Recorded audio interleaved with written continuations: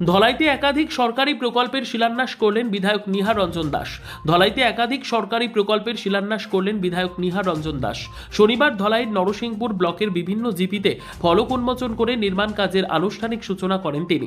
এদিন প্রথমে জীবনগ্রাম জিপির পশ্চিম দেবীপুর নিত্যানন্দ আশ্রমে সিসি ব্লক রাস্তার শিলান্যাস করেন। পরে ধলাই বিএনএমপি এইচএস স্কুলের খেলার মাঠের গ্যালারি তৈরির জন্য আনটাইড ফান্ড থেকে বরাদ্দ 20 লক্ষ টাকার প্রকল্পের কাজের সূচনা করেন।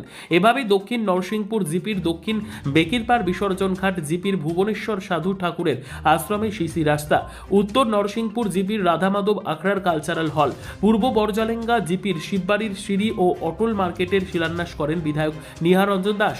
এদিন শিলান্যাস উপলক্ষে পৃথক পৃথক অনুষ্ঠানে বিধায়কের সঙ্গে উপস্থিত ছিলেন বিজেপির ধলাই নরসিংপুর মণ্ডল সভাপতি সঞ্জয় কৈরি, মাতৃভূমির সভাপতি শীতাংশু দাস, প্রাক্তন জেলা পরিষদ সদস্য কৃপেশ ঘোষ, ধলাই নরসিংপুর জেলা পরিষদ সদস্যা পম্পিনাথ চৌধুরী, নরসিংপুর আঞ্চলিক পঞ্চায়েত সভাপতি নির্মল কান্তি দাস, পৃথ্বীশ চন্দ্র দাস প্রমুখ।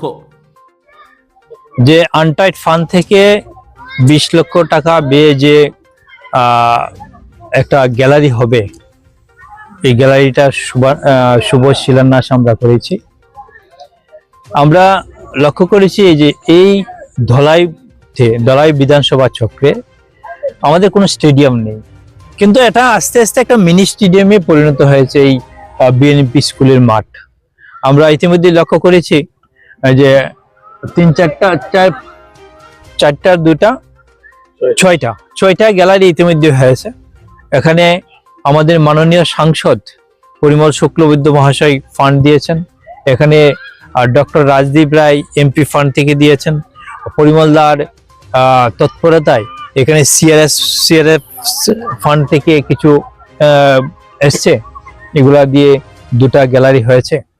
তো আমি চিন্তা করলাম যে না, এখানে যদি আরেকটা গ্যালারি হয় তাহলে আরেকটু ভালো হবে। আস্তে আস্তে এই মাঠটাকে যাতে আমরা একটা পূর্ণাঙ্গ স্টেডিয়ামে রূপ দিতে পারি, তার জন্য আমরা চেষ্টা করছি। এখানে আমরা লক্ষ্য করি যে বিএনএমপির মাঠে ভালো ফুটবল খেলা হয় এবং আমরা দেখি প্রত্যেক বছরই 48টা টিমে এখানে খেলে থাকে।